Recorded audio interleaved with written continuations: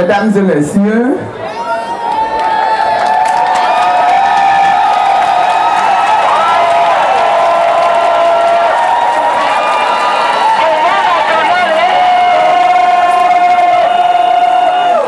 je voudrais en tout premier lieu, à notre nom à tous et à mon nom personnel, qu'on salue le roi, Sa Majesté, Nana Kakoumé San, Venance, roi de Bonois, de même que toute sa cour. Je suis sûr qu'il est très attentif à ce qui se déroule ici et que chaque mot qui a été prononcé, qui va être prononcé ici, va tomber dans ses oreilles. Monsieur le représentant du maire, Mesdames et Messieurs les ministres, honorables députés, camarades membres de la direction du Front populaire ivoirien, Mesdames les membres de la plateforme politique des femmes candidates, Mesdames et Messieurs les membres des organisations de défense des droits de l'homme, Mesdames et Messieurs les membres de la société civile,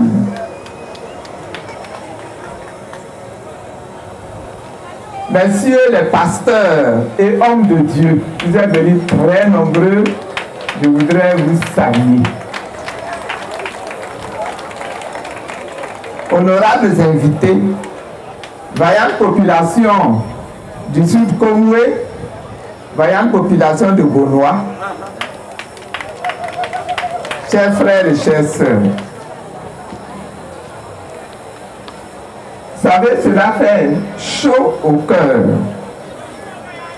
de voir des amis, des proches, mais également des personnes qui ne vous connaissent que de loin, de les voir se mobiliser aussi massivement pour vous célébrer. Cet après-midi, je vais vous dire que je suis très touché par cette marque d'attention, très touché, parce que je ne prévoyais pas un tel hommage. Que Dieu vous bénisse. Je suis très ému. Je vous dis merci. Je vous dis encore merci. Comme on dit à la Bourée, Mambo, Mo, Aïe, tu vas mo, et va aussi va mo.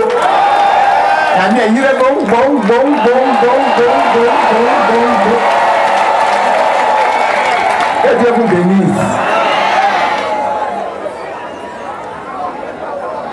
Déjà, dans le courant du mois de février 2021, des consoeurs vivant à l'étranger ont lancé le challenge EIV Capable.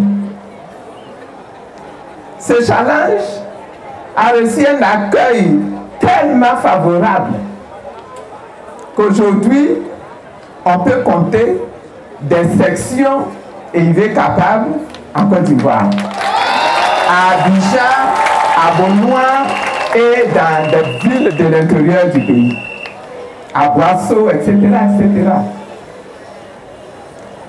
On peut en compter en Afrique. Nous avons des organisations EIV capables qui s'installent en Afrique. On m'en a signalé au Niger, on m'en a signalé au Cameroun, on m'en a signalé au Congo, etc.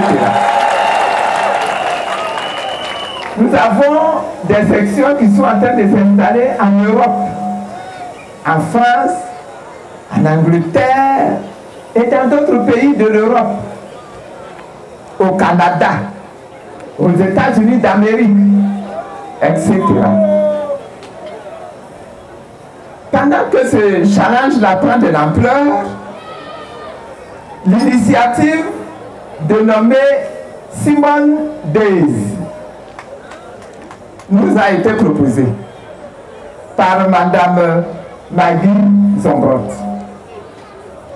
Une dame que je n'avais jamais croisée et qui sûrement elle-même ne m'a jamais rencontré auparavant. Elle nous a proposé ce challenge-là.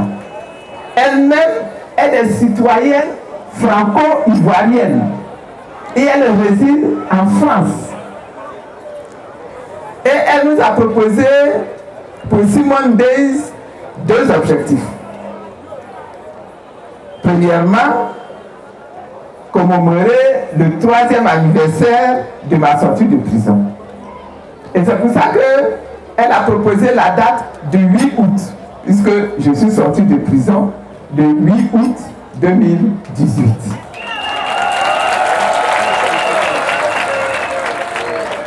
Deuxièmement, elle propose de baptiser le 8 août Simone Day.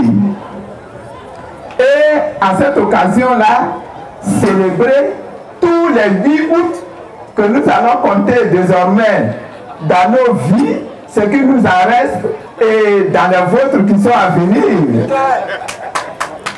De célébrer la femme leader, pas n'importe quelle femme leader, pas la femme leader en économie, dans l'agriculture, dans le droit, mais la femme leader en politique. La femme leader engagée en politique. Vous voyez que déjà, elle nous met la pression là. Elle vous met la pression. Moi, je peux considérer que j'ai fait ma part. Mais elle vous dit que désormais, la femme doit faire de la politique. Et elle doit s'engager en politique. Voilà. Les 2 objectifs majeurs. Et nous voilà ici aujourd'hui, en accord avec cette proposition pour faire une célébration. Je voudrais sincèrement exprimer ma gratitude à Mme Maggie Zombrot, qui est initiatrice de ce concept-là, Simone Day, ainsi que à toute l'équipe de la TV en ligne et Bulle Média. Ceux qui ont suivi durant la semaine ont vu un petit peu tous les débats qui ont été organisés par Bulle Média avec un journaliste que nous avons salué tout à l'heure et que je remercie encore. Je voudrais remercier le comité d'organisation de cette cérémonie. Exprès, mon cabinet et moi avons décidé de mettre les jeunes au défi. Et c'est ainsi que nous avons désigné à la tête de ce comité d'organisation Madame Bintou Ouattara, qui était là tout à l'heure, vous l'avez entendu parler, mais c'est comme ça que moi je mets les gens au défi. On dit si tu veux apprendre à quelqu'un à nager, il faut le jeter dans la lagune. S'il ne sait pas nager, il va se noyer. Mais comme il n'a pas envie de se noyer, il va se débattre et il va savoir nager. Je voudrais la saluer, la féliciter. Oh, quand on fera le bilan, on dira ce qui a marché, ce qui n'a pas marché. Mais voilà, nous sommes là. Et c'est le produit de leur travail. Comité d'organisation, soyez un peu merci. Je suis ici cet après-midi pour dire que j'approuve cette idée et que je la couvre totalement de ma bénédiction. Je souscris totalement à cette initiative pour deux raisons majeures. Premièrement, nous le savons toutes, nous le savons tous, le 8 août 2018 a été pour moi, mais également pour un grand nombre d'Ivoiriens, un grand jour de joie, un grand jour d'allégresse. Pour mes camarades du parti, ça a été également un grand jour d'allégresse. Mais j'ai pu constater par moi-même que pour toutes les populations ivoiriennes, pour tous les démocrates du monde entier, ce jour-là, du 8 août 2018, a été un grand jour de joie. Durant au moins 3 mois, sinon même un peu plus, les populations de Côte d'Ivoire ont j'utilise le mot que quelqu'un va peut-être trouver un peu fort, mais que c'est la réalité. Les populations ont déferlé chez moi sans discontinuer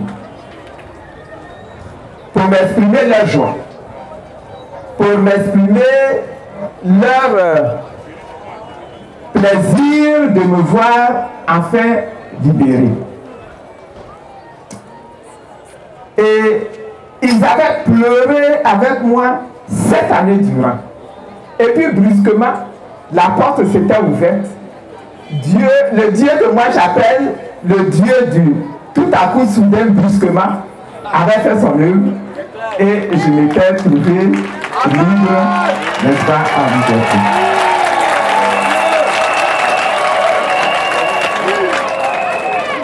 Ça a été magnifique. C'est toujours magnifique.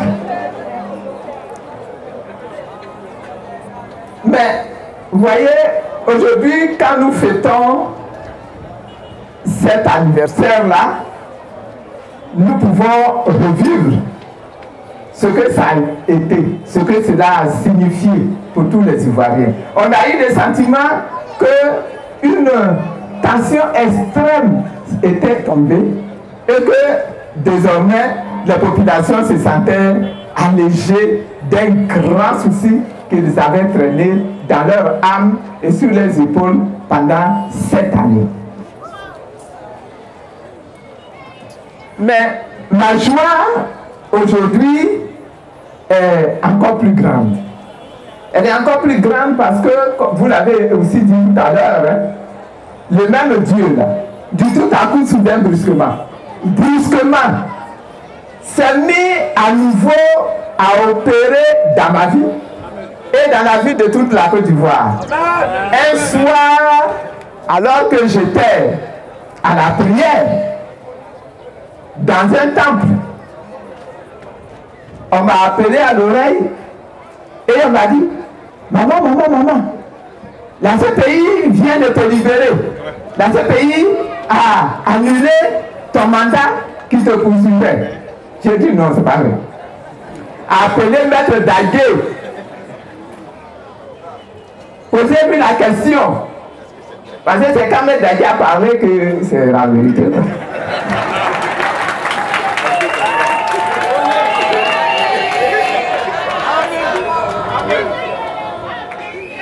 Et on me dit, on a appelé Maître Dagué. Il dit que non seulement c'est vrai, mais que c'est même déjà affiché sur le site de la CPI. J'ai dit, alors on peut chanter de joie, on peut rire, on peut crier de joie.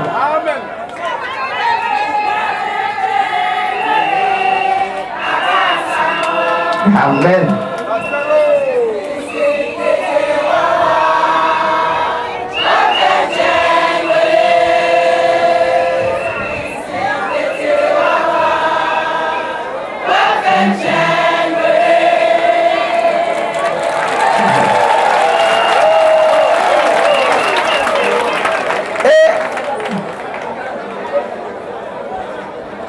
Mandat-là, bien que j'ai été libéré en 2018, ce mandat m'empêchait de sortir de la Côte d'Ivoire. Il y a des gens qui disent, mais pourquoi depuis elle est sortie, puis elle ne bouge jamais, elle ne va jamais ailleurs, elle va nulle part, elle est toujours assise ici à Abidjan. Je ne pouvais pas sortir à cause de ce mandat-là. Parce que, avec ce mandat, n'importe quel pays, n'importe quel État, n'importe quelle autorité d'un État signataire du statut de Rome là, et donc membre de la CPI, pouvait m'arrêter à cause de ce mandat, me prendre, me jeter dans un avion de toute autorité et puis, boum, m'expédier à La Haye, à la CPI. Et donc, quand je suis sorti de prison, on m'a bien expliqué cela. Et on m'a dit, si tu aimes ta liberté, reste ici en Côte d'Ivoire, tant que ce problème n'est pas réglé.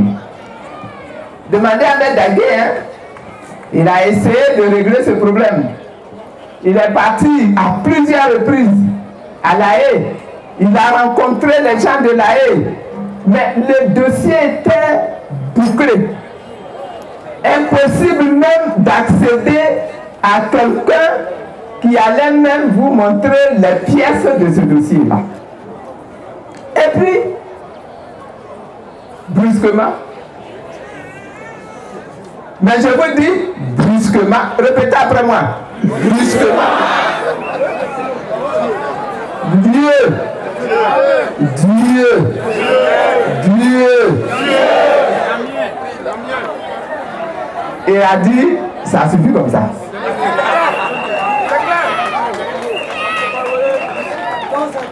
Et me voici bénéficiaire de nouveau d'une grâce puissante de Dieu.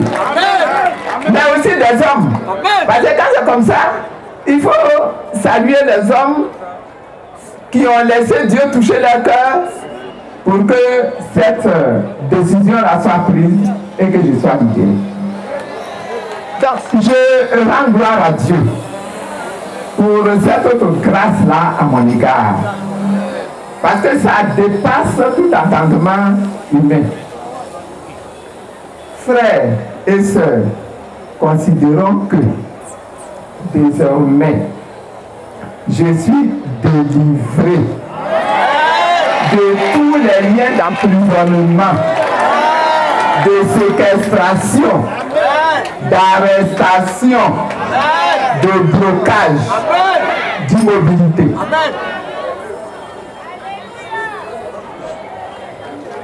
Je voudrais dire encore merci à toute la diaspora. La diaspora ivoirienne, elle a été merveilleuse. Je voudrais dire merci aux patriotes du Front populaire ivoirien, mais également aux patriotes de toutes les autres organisations politiques ivoiriennes. Je voudrais dire merci aux hommes et femmes des médias, aux organisations de défense des droits de l'homme, aux hommes et femmes de prière, à chacun d'entre vous, car votre mobilisation autour de ma cause a fortement contribué à obtenir ma libération totale et la levée du mandat d'arrêt. Vraiment, merci. La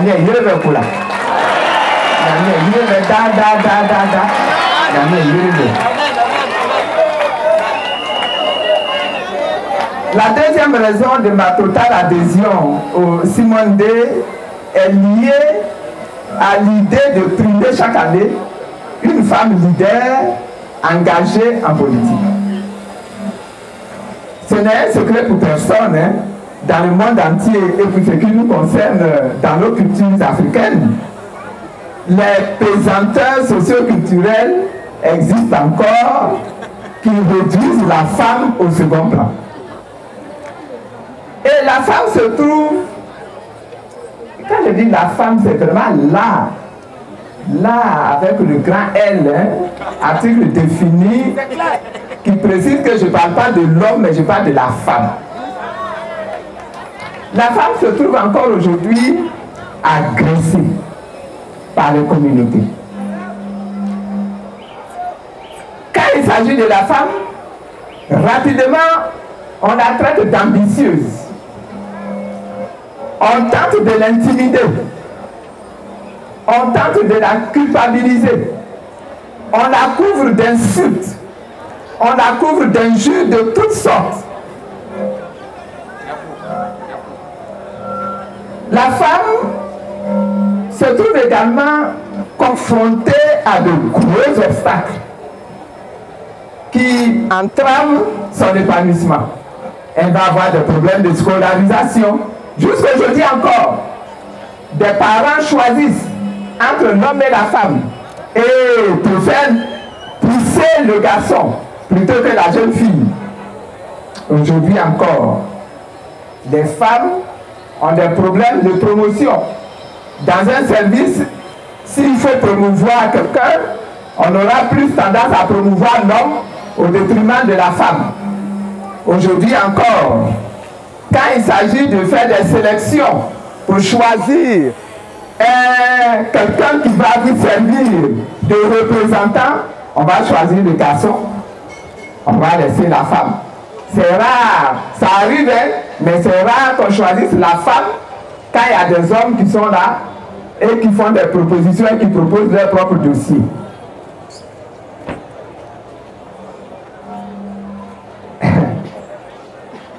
La femme, en Afrique, en Côte d'Ivoire en particulier, se trouve très souvent immergée dans un complexe d'infériorité. Elle-même, à cause des limitations culturelles, la femme elle-même va s'auto-censurer. Elle va dire, ça là, on n'a qu'à donner à un homme. La femme, elle est faite pour donner des conseils sur l'oreiller. Mais vraiment, dans la vie publique là, on n'a qu'à laisser les hommes. Et donc, elle-même, elle s'auto-censure. Et on comprend que, par exemple, aux dernières élections législatives que nous avons connues, il n'y a eu aucun parti, je dis bien aucun parti, qui a été capable de respecter la règle de 30%. 30% de femmes sur les listes de candidats. Mais très souvent, parce que les femmes elles-mêmes refusaient de candidater. Femmes, c'est à vous que je parle, hein? Mais ce sont les hommes que j'entends, que je vois remuer la tête. Et je ne vois pas, je n'entends pas les femmes me répondre et me dire qu'elles sont d'accord avec moi. Femmes,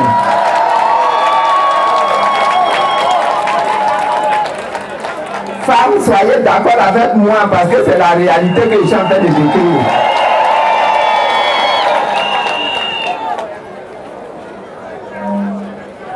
Tous ces présenteurs socioculturels constituent de véritables forteresses mentales contre lesquelles nous devons nous lever.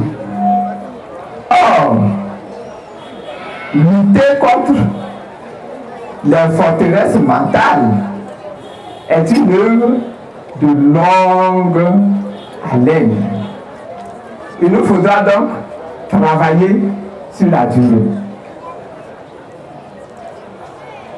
Mais je crois pour ma part que célébrer chaque année le parcours d'excellence et l'engagement politique d'une femme contribuera sans aucun doute à encourager les femmes à être plus participantes de la vie de la nation. On est très heureux, nous autres femmes, nous sommes très heureux de dire ce sont les femmes qui portent la vie. Et c'est important parce que c'est elles qui donnent la vie. C'est vrai, hein? Les femmes donnent la vie et on doit les respecter parce qu'elles donnent la vie. Ça, c'est vrai. Vous voyez, hein? Les femmes portent la vie et on doit les respecter parce qu'elles portent la vie. Mais au-delà de porter la vie, au-delà d'être procréatrice, je voudrais encourager les femmes à être des agents de progrès scientifique. Parce que vous savez, les femmes, elles réfléchissent beaucoup pour trouver des solutions scientifiques. Quand il a fallu passer du manioc à la tchéquette, les femmes ont réfléchi pour trouver comment on peut passer du manioc qui pourrit en une semaine là à la tchéquette qui dure. Comment on peut passer du manioc au placali, comment on peut passer du manioc à l'amidon, etc., etc. Les femmes sont capables, tu le commandes aussi, hein? Oui, c'est très bien, le commander. Ouais. Oui, il y a les bêtes Kouma aussi.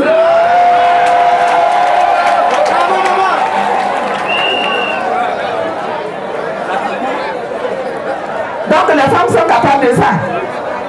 Les femmes sont capables. Ah oui, tu vois, il y a aussi le gari. Mais on peut continuer, hein, vous savez qu'avec le manioc là, on peut fabriquer du gaz qui permet de chauffer nos marmites et de remplacer l'électricité. Vous savez ça? Il y a plein de choses qu'on peut faire avec le manioc. Les femmes doivent être des acteurs d'innovation technologique.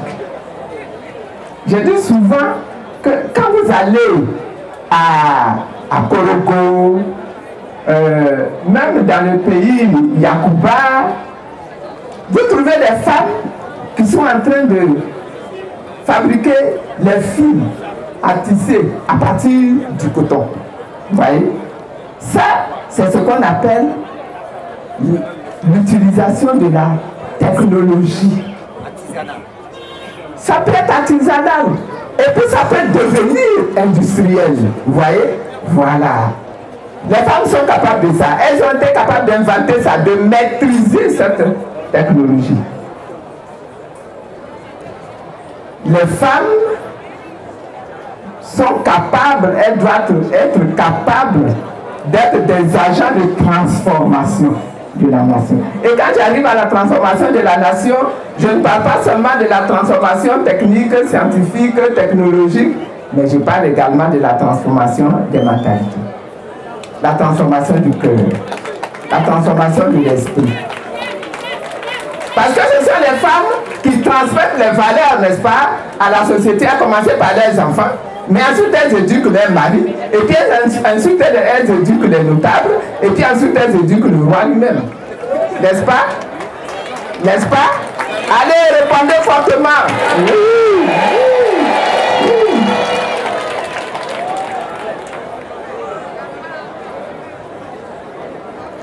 Femmes,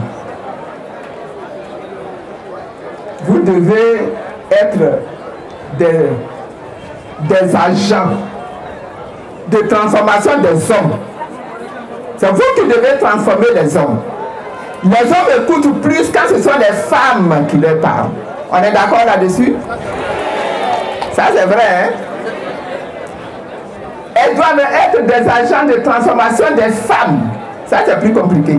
Quand une femme, ça va parler à une autre femme, ça devient compliqué. Mais on peut réussir. Les femmes doivent être des agents de transformation du savoir-faire de la communauté, du village. Elles doivent être des agents du savoir-être. Savoir-être, c'est-à-dire comment on doit vivre, comment on doit se comporter dans la société. Femmes, vous devez peser de tout votre poids dans les prises de décision.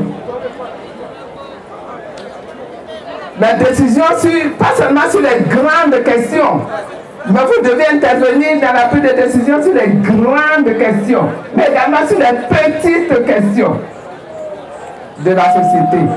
qui engagent la vie de la nation. Les questions sur la vie de Benoît, sur la vie d'Adiaké, sur la vie d'Aboisseau, sur la vie de Maféré. Et je m'arrête là, on pourrait continuer de citer, n'est-ce pas? Les femmes doivent, on doit les voir présentes aux côtés des hommes, non pas en concurrent des hommes, mais en complément des hommes.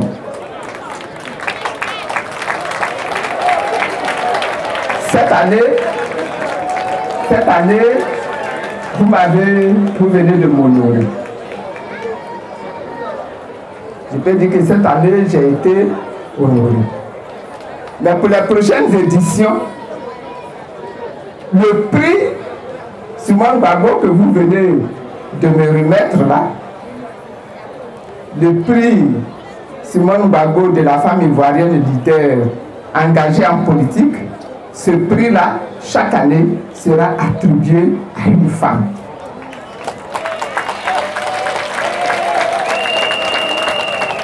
Pour ce faire, pour réaliser cela, on va arrêter des critères de sélection. Hein? On va arrêter des critères de sélection pour savoir qui. On va sélectionner qui va être méritante. Et puis, on va mettre en place un jury.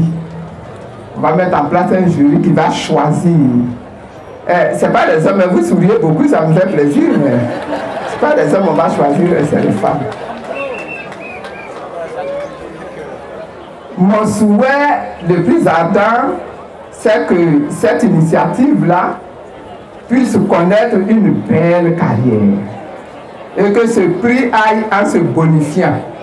Et que ce prix-là se transmette de génération en génération. Cette première édition de Simone Day a eu pour thème les valeurs de la démocratie dans la vie. La démocratie, c'est vrai, continue d'être un sujet préoccupant dans le monde et en particulier dans notre pays. Vous le savez tous, très tôt, je me suis engagé dans le combat pour une Côte d'Ivoire plus démocratique. Pour le constat que je fais de l'état actuel de la démocratie dans notre pays, je peux affirmer que ce combat-là est encore d'actualité. Il est toujours d'actualité. Il n'est pas encore terminé. Notez avec moi que dans notre pays, les périodes électorales continuent malheureusement d'être des moments de tension, des moments de trouble et même des moments de deuil. Que les conditions de transparence des élections ne sont toujours pas réunies. Que la séparation entre les trois pouvoirs dans un régime démocratique, que sont le pouvoir exécutif, le pouvoir législatif et le pouvoir judiciaire, cette séparation-là n'est toujours pas effective. Nous constatons ensemble que les médias d'État sont encore totalement caporalisés par le parti au pouvoir. Nous constatons encore que l'insécurité est toujours présente dans notre pays. Nous constatons encore que la justice et la droiture ne sont pas encore totalement au rendez-vous des populations. Nous pouvons constater encore que ce que j'appelle la gestion équitable, c'est-à-dire le fait de gérer de la bonne façon, de la même façon pour tout le monde. La gestion équitable et solidaire des besoins de la population. Elle est encore au stade de slogan de campagne. Mais dans les faits, concrètement, là, ce n'est pas encore bien implémenté. Par exemple, quand on parle de quête d'emploi, on voit qu'il y a encore des choses qui ne sont pas équitablement gérées. Quand on parle des prix des produits proposés aux producteurs pour les cultures de rente, on voit que c'est encore dérisoire et que les populations productrices elles-mêmes ne sont pas intégrées au débat pour la fixation des prix. On voit encore que les routes, que les infrastructures routières qui permettraient aux populations productrices des cultures de, n'est-ce pas, ramasser leurs récoltes pour les proposer au lieu où ces récoltes-là sont demandées, eh bien, il y a encore beaucoup de questions qui demeurent encore pour l'évacuation donc des produits agricoles. C'est une question encore douloureuse.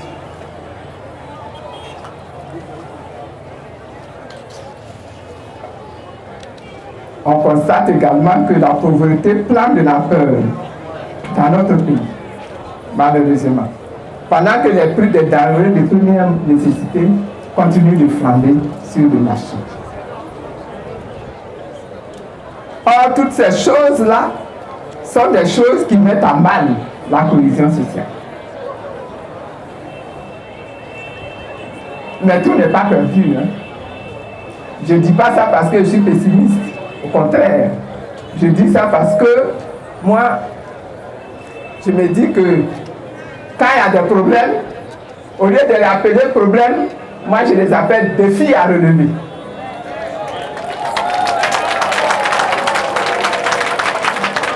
Et donc, n'ayons pas peur et ayons foi en l'avenir. Je vais partager avec vous ma foi en l'avènement d'une société ivoirienne réconciliée, démocratique et prospère.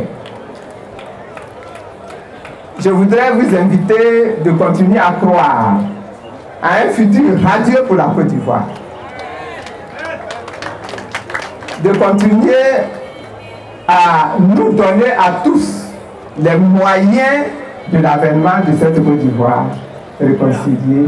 Et c'est pour ça que, à quelques lignes de la fin de mon message, je voudrais encore appeler le président Alassane Ouattara, appeler le gouvernement de Côte d'Ivoire pour qu'il fasse le pas qui va permettre d'apporter l'apaisement total à tous les cœurs des Ivoiriens, en libérant les prisonniers.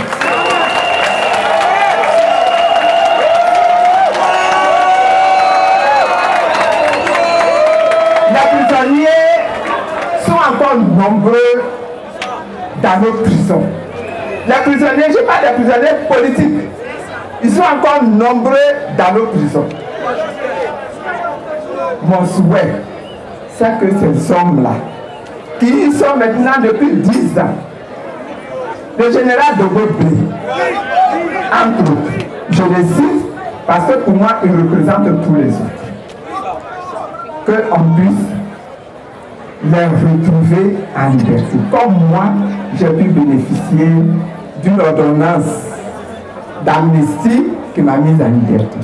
Que pour eux également, soit pris une amnistie permettant de les mettre en liberté, non pas dans 10 ans, mais maintenant.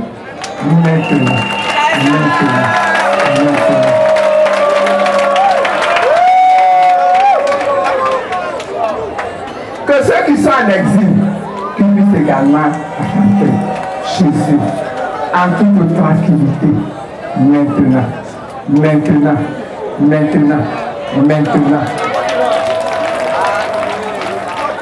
Pour moi, la quête d'une société de justice, d'une société d'équité et de la cohésion sociale demeure de vive actualité. Pour moi, aujourd'hui, c'est une des premières actualités. à traiter. Le combat n'est pas terminé. Parce que la vie n'est pas terminée. La vie n'est pas terminée.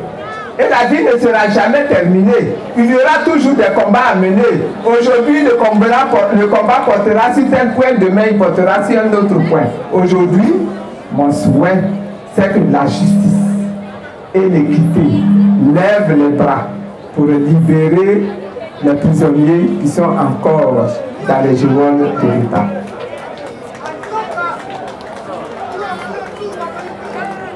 Nous sommes encore engagés. Je pense que je peux dire à votre place que vous et moi, nous sommes encore engagés. Pour le bonheur de la Côte d'Ivoire, pour le bon développement de la Côte d'Ivoire, que Dieu nous bénisse tous. Que Dieu bénisse la Côte d'Ivoire. Que Dieu bénisse notre nation. Que Dieu bénisse Benoît.